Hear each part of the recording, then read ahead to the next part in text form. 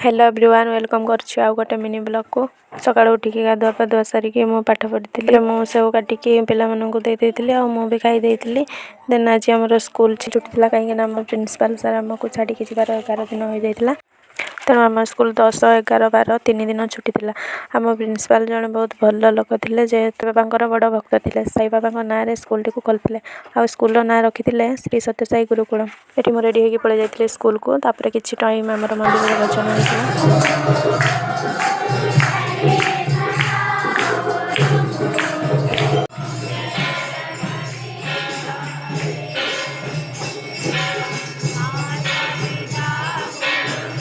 मंदिर भजन सारिकी आम पळे आसतलो एठी को।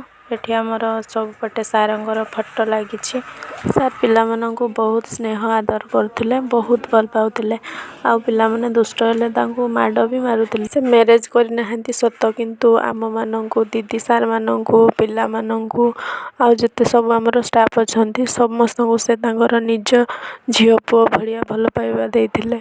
आ से आज सब दिन पई आम पाखरु विदाय नै छंती। तापर एठी हमर सब गेस्ट माने साई संगठन रो साई भक्त माने आ पेरेंट्स स्टूडेंट सब आसिकी पहुंची जाइथिले।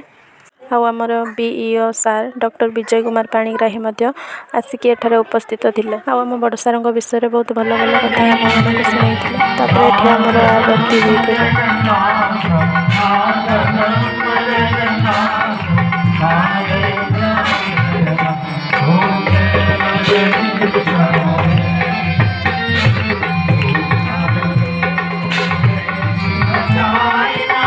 आरती सरला पर सब गेस्ट माने पळे आस्थिले खाया को। तापर सब गेस्ट माने खाई सरला पर ममता दीदी तांको पुओ आ मो पळे आस्तलु खाइबा को। खाई सारी के एठी साई बाबा को पाखरे आ बड सारंग पाखरे फुल चढ़ेकी मुंडिया मारिकी हमें पळे आस्तलु। देन आज वीडियो को एठी शेष करछि। रहिली जय जगन्नाथ।